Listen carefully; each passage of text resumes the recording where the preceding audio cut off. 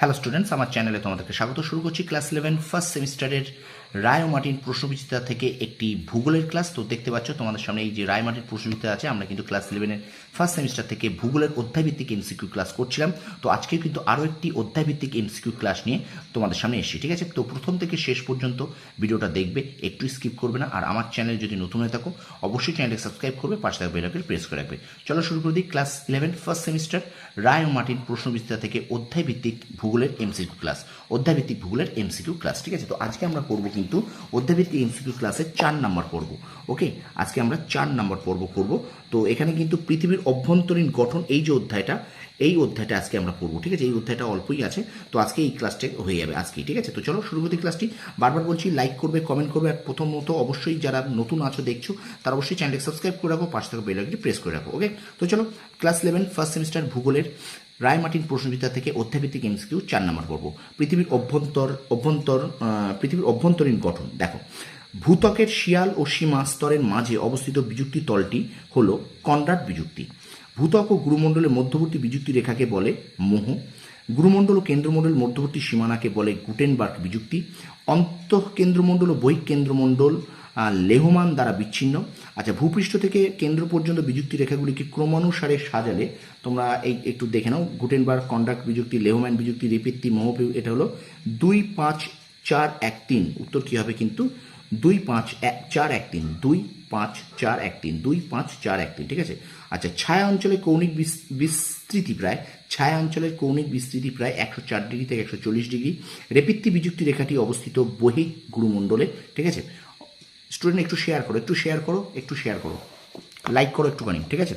আচ্ছা, এবার দেখো এখানে স্তম্ভমেলা আছে। স্তম্ভমেলাটা আমি পড়ছি না, তোমরা স্তম্ভমেলা দেখে নাও। উত্তর কিন্তু বলছি 1-এর ডি, 2-এর সি, 3-এর বি, 4-এর এ। 1-এর ডি, 2-এর সি, 3-এর বি, 4-এর এ। পরের প্রশ্ন, মহাদেশীয় ভূত্বকের গড় গভীরতা হলো 20 কিমি।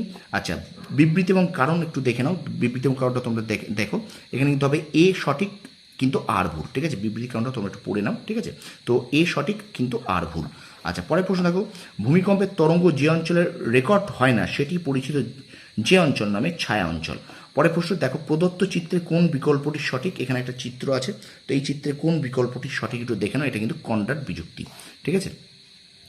অপশান বি হবে কনরাড বিযুক্তি, মোহ বিযুক্তি ও গুটেনবার্গ বিযুক্তি। এই যে এখানে যে ভাগগুলো আছে না, এটা ছবিটা ভালো করে দেখো, 1 2 3, ঠিক আছে? এই যে আছে, তো শিয়াল, সীমা, গুরুমণ্ডল, কেন্দ্রমণ্ডলে, তো এখানে হবে কিন্তু কনরাড বিযুক্তি, মোহ বিযুক্তি আর গুটেনবার্গ বিযুক্তি। অপশান বি উত্তর। ওকে, আচ্ছা, পরের প্রশ্ন, মহাসাগরীয় ভূত্বক যে শিলা দ্বারা গঠিত?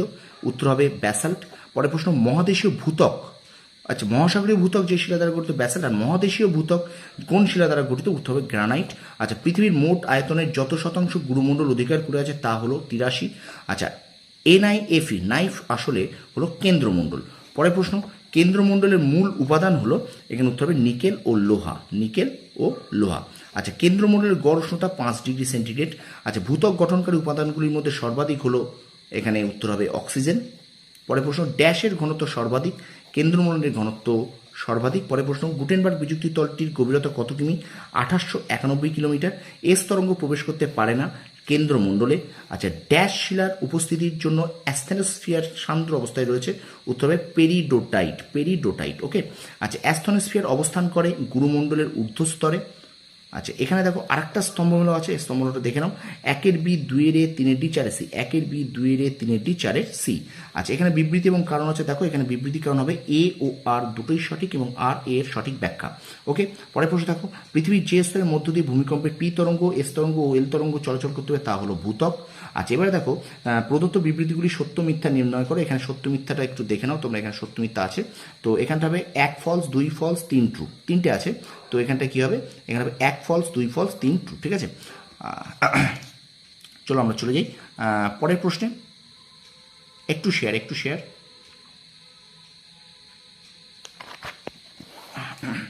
দেখো, এখানে আরেকটা সত্য মিথ্যা এখানে আছে, ঠিক আছে? এখানে কিন্তু সত্য মিথ্যা বলতে এখানে হবে, দেখো 1 true, 2 false, 3 false, 4 true. 1 true, 2 false, 3 false, 4 true, ঠিক আছে? আচ্ছা, এবার দেখো একটা ভেন চিত্র আছে, তো ভেন চিত্রে এইটা হবে উত্তর সঠিকটা, অপশান এ। ওকে, আচ্ছা, পৃথিবীর কেন্দ্রের যে অঞ্চলটি 2891 কিমি গভীরতা থেকে একদম কেন্দ্রতম অংশ পর্যন্ত বিস্তৃত সেই স্তরের নাম হলো ব্যারিস্ফিয়ার। আচ্ছা, আরেকটা বিবৃতি কারণ আছে, দেখে নাও এখানে বিবৃতি কারণটা এখানে হবে এ ও আর দুটোই সঠিক এবং আর এ এর সঠিক ব্যাখ্যা, এ ও আর দুটোই সঠিক এবং আর এ এর সঠিক ব্যাখ্যা। এবং আজকের ক্লাসের শেষ প্রশ্ন দেখো, সমস্ত পৃথিবীর গড় ঘনত্ব হলো 5.52 গ্রাম সেন্টিমিটার কিউ। ঠিক আছে, তো এই পর্যন্ত আজকে আমাদের ফোর্থ পিরিয়ড, আমরা ফোর্থ ক্লাস শেষ করলাম। তো ভিডিওটা কেমন লাগলো তোমরা অবশ্যই কিন্তু জানাবে, কমেন্ট সেকশনে কমেন্ট করবে, আর তোমরা একটু লাইক করবে, ঠিক আছে, আর বন্ধুদের মাঝে বেশি বেশি করে শেয়ার করবে। ঠিক আছে, আর আমার চ্যানেল যদি নতুন হয়ে থাকো চ্যানেলটা সাবস্ক্রাইব করো, পাশে থাকা বেল আইকনটি প্রেস করে রাখো। ক্লাস 11 ফার্স্ট সেমিস্টার ইতিহাস, ভূগোল, রাষ্ট্রবিজ্ঞানের এরকম রায়মার্টিন প্রশ্নবিদ্যা থেকে অধ্যায়ভিত্তিক আমি কিন্তু ক্লাস তোমাদের করাচ্ছি। তো এরকম ভিডিও পাওয়ার জন্য কিন্তু অবশ্যই আমার চ্যানেলটাকে তোমাদেরকে সাবস্ক্রাইব করে রাখতে হবে, পাশে থাকা বেল আইকন প্রেস করে রাখতে হবে, যাতে সবার আগে তুমি নোটিফিকেশন পেতে পারো। তোমরা সফল হও, তোমাদের সাফল্য কামনা করি। ধন্যবাদ।